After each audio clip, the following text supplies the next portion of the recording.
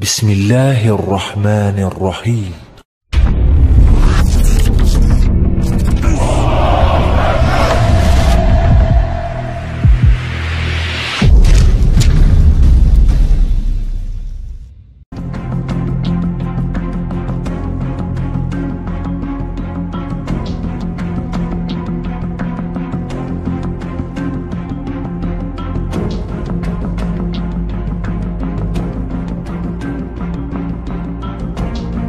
Assalamualaikum warahmatullahi wabarakatuh. Kali ini kita akan mengulas kisah perjalanan Kesultanan Mamluk pada masa kepemimpinan Sultan Malikuz Zahir Baibars Al-Bundukdari. Gelarnya Al-Malik Az-Zahir Rukunud Dunya Wad-Din Abul Fath Baibars Al-Bundukdari adalah seorang pejuang muslim bermata biru. Ia adalah Sultan Mamluk yang kelima menggantikan Qutuz. Dia adalah salah satu komandan pasukan Mesir yang mengalahkan Raja Louis IX dari Prancis pada Perang Salib ke-7. Dia juga yang memimpin barisan depan tentara Mesir pada pertempuran Ain Jalut tahun 1260 Masehi. Pertempuran Ainun Jalut yang menandai kekalahan terbesar tentara Mongol dan juga dianggap sebagai titik balik sejarah peradaban masa itu. Dalam bahasa Turki, nama Baibars berarti macan kumbang yang besar atau pemimpin macan kumbang.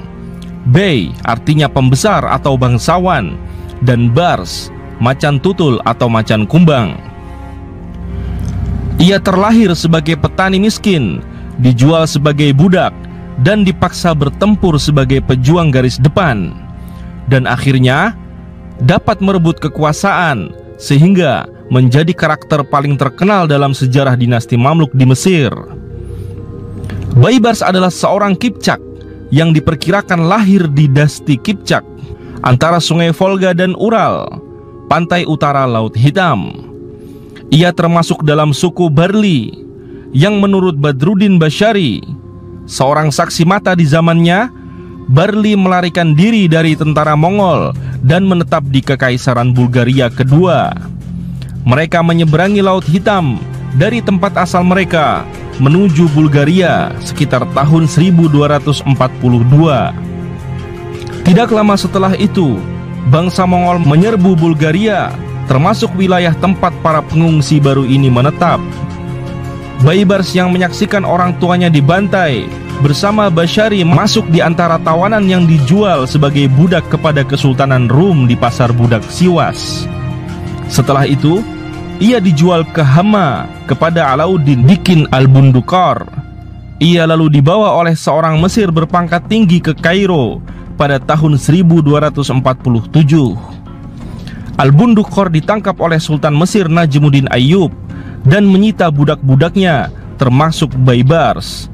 Hingga akhirnya Baibars sukses berkarir di dunia militer pada masa dinasti Ayyubiyah. Baibars digambarkan berkulit putih, berbeda dengan kulit kehitaman yang dimiliki oleh orang Mesir asli. Ia berwajah lebar dengan mata kecil, bertubuh sangat tinggi, sebagaimana deskripsi Arab dan Eropa tentang pria Turki. Dan ia memiliki katarak di salah satu matanya. Beberapa teks menyebutkan dia memiliki mata yang berwarna biru dan ia memiliki rambut berwarna pirang. Pada tahun 1260, seorang utusan dari Khan besar Mongol tiba di Kairo. Ia menyampaikan bahwa gerombolan Mongol yang tak terkalahkan sedang dalam perjalanan ke Mesir dan hanya penyerahan tanpa syarat dari Sultan yang mampu mencegah kehancuran. Baibars saat itu merupakan jenderal besar dari Sultan Al-Muzaffar Saifuddin Qutuz. Utusan Mongol itu pun akhirnya dipancung dan kepalanya dikirim kembali untuk Khan dalam sebuah kotak, sebuah isyarat bahwa mereka bersiap untuk perang. Saat itu, Mongol berada di bawah komando cucu Genghis Khan, Hulagu Khan. Mereka telah menghancurkan Kekaisaran Asia Tengah, Kekaisaran Cina, 8 hari menjarah Baghdad, kemudian membunuh khalifah atau pemimpin muslimin dengan menggulungnya di karpet Persia dan menginjak-injaknya dengan kuda. Mereka meratakan Damaskus, dan sekarang satu-satunya hal yang berdiri di antara Kekaisaran Mongol dan Yerusalem, Mekah, dan Kairo adalah pasukan Sultan Mesir Saifuddin Qutuz dan Baibars. Baibars menjadi komando seluruh tentara Mesir, bertemu dengan orang-orang Mongol di tempat yang disebut Ain Jalut di utara Yerusalem. Singkatnya, peperangan Ain Jalut ini dimenangkan oleh kaum muslimin di bawah komando Baibars sebagai panglima perangnya, dan moral pasukan muslimin sangat terangkat tinggi karena sang Sultan Saifuddin Qutuz ikut memimpin perang secara langsung, terutama pada saat-saat genting di mana sayap pasukan kaum muslimin sempat porak-poranda karena kerasnya serangan Mongol. Selengkapnya tentang peperangan Ain Jalut telah kita ulas pada video sebelumnya, kisah tentang Saifuddin Qutuz. Bangsa Mongol berhasil ditumpas. Dalam perjalanan pulang ke Mesir, Baibars meminta kenaikan kekuasaan dengan Syria sebagai wilayah kekuasaannya. Permintaan ini ia ajukan langsung kepada Sultan Saifuddin Qutuz. Namun Sultan menolak dan Baibars membunuhnya, lalu merebut benteng Kairo dan memilih gelar untuk dirinya, yaitu Al-Malik Az-Zahir, yang berarti Raja Penakluk. Setelah Baibars naik ke kesultanan, otoritasnya segera dikonfirmasi tanpa perlawanan serius, kecuali dari salah satu Amir Mamluk lain yang populer dan cukup kuat untuk mengklaim Damaskus, yaitu Sinjar Al-Halabi. Di samping itu, ancaman dari Mongol juga masih cukup serius bagi otoritas Baibars. Namun kali ini, Baibars lebih memilih untuk membereskan Sinjar dan kaum barbaris terlebih dahulu di Damaskus. Pada saat yang sama, Pangeran Hama dan Homs terbukti mampu mengalahkan Mongol dalam pertempuran, yang otomatis gangguan Mongol dapat ditahan untuk sementara waktu. Pada tanggal 17 Januari 1261, pasukan Baibars berhasil mengusir pasukan Sinjar keluar Damaskus dan melanjutkan serangan ke kota, di mana warganya banyak yang setia kepada Sinjar dan melawan Baibars. Meskipun demikian, perlawanan mereka segera dapat dihancurkan. Setelah menekan pemberontakan Sinjar, Baibars kembali berhasil menekan pemberontakan sisa-sisa dinasti Ayyubiyah dengan secara diam-diam melobi Pangeran Ayyubiyah seperti Al-Ashraf Musa, Amir Homs dan Hama yang sebelumnya berhasil mengalahkan serangan Mongol, yaitu Al-Mansur Muhammad II. Mereka diizinkan melanjutkan kekuasaan mereka dengan imbalan pengakuan otoritas Baibars sebagai sultan. Setelah kekhalifahan Abbasiyah di Irak digulingkan oleh bangsa Mongol pada tahun 1258, dunia Islam tidak memiliki seorang khalifah, yaitu seorang pemimpin tertinggi secara teoritis yang memiliki otoritas untuk memberikan legitimasi kepada penguasa muslim lainnya di negeri yang jauh dengan mengirimkan surat penobatan kepada mereka.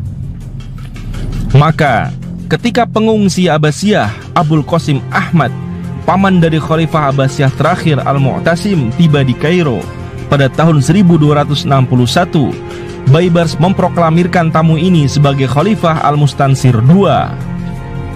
Sudah sepatutnya Baibars menerima penobatan sebagai sultan dari khalifah ini.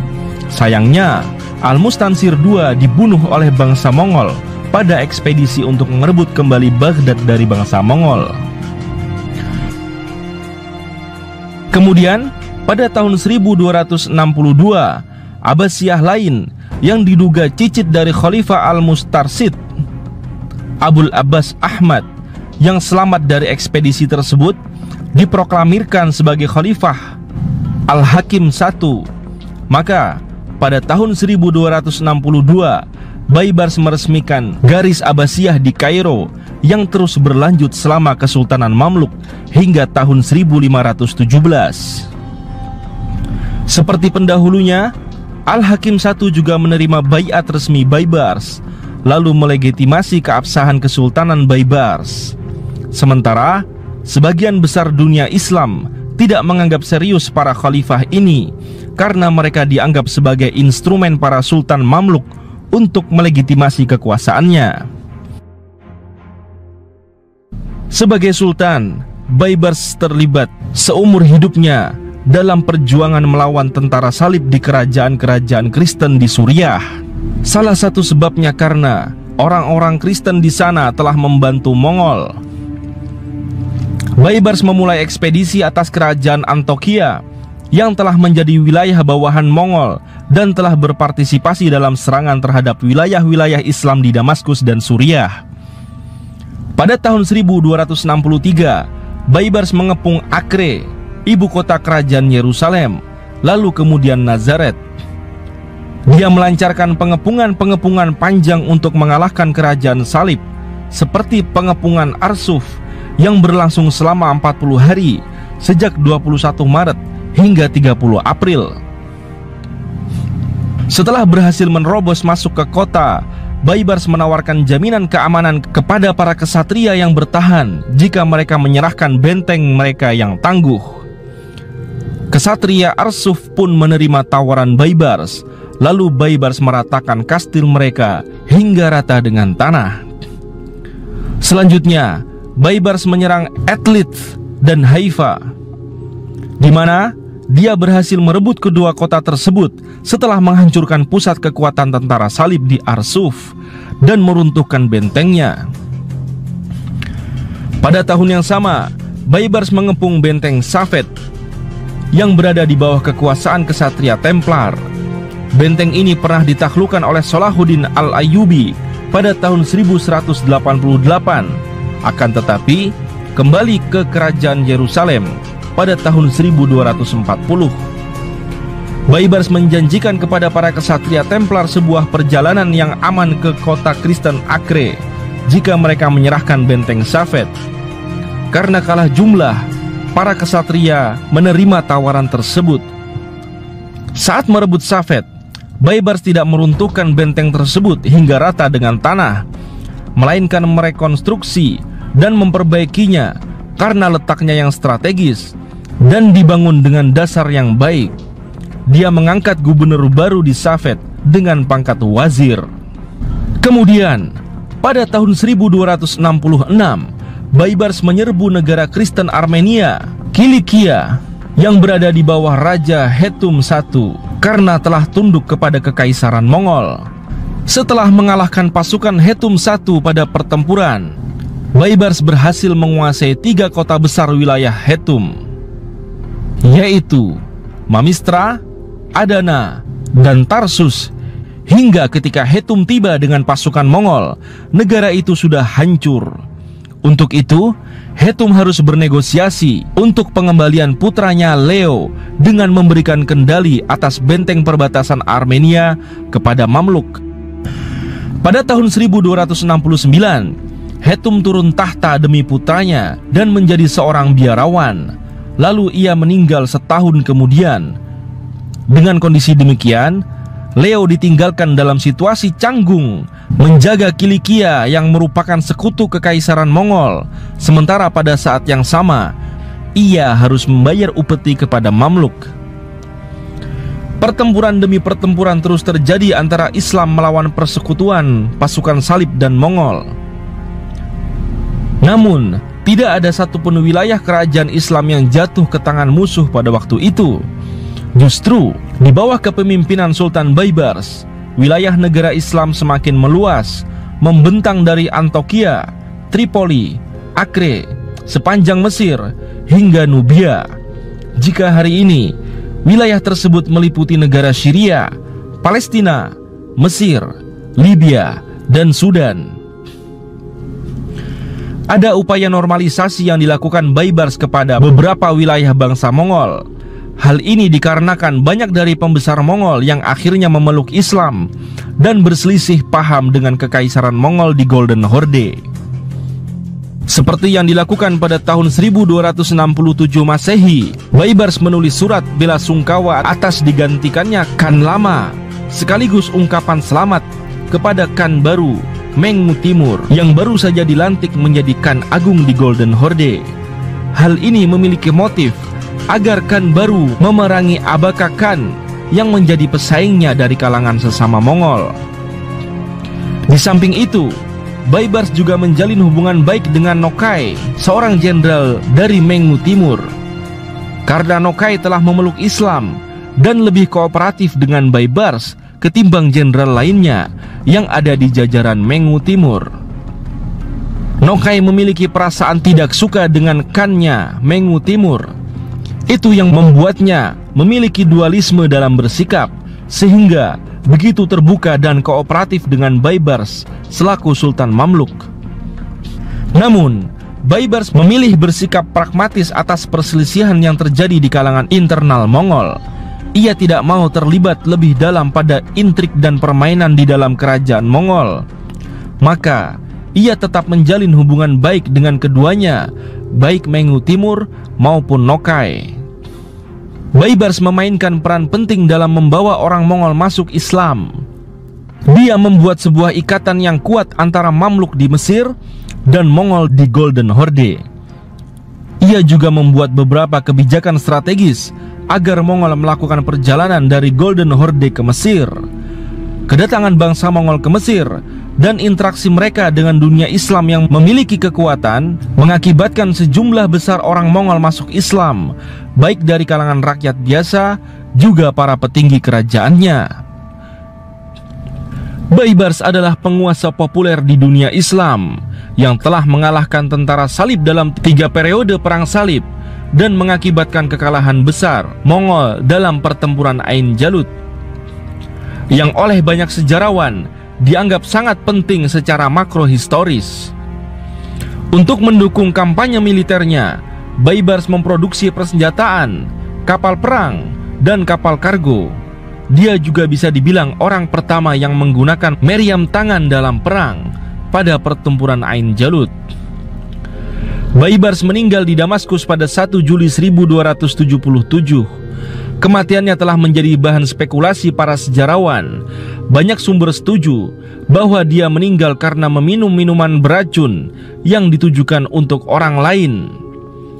Catatan lain menunjukkan bahwa dia mungkin meninggal karena luka saat berkampanye atau karena sakit.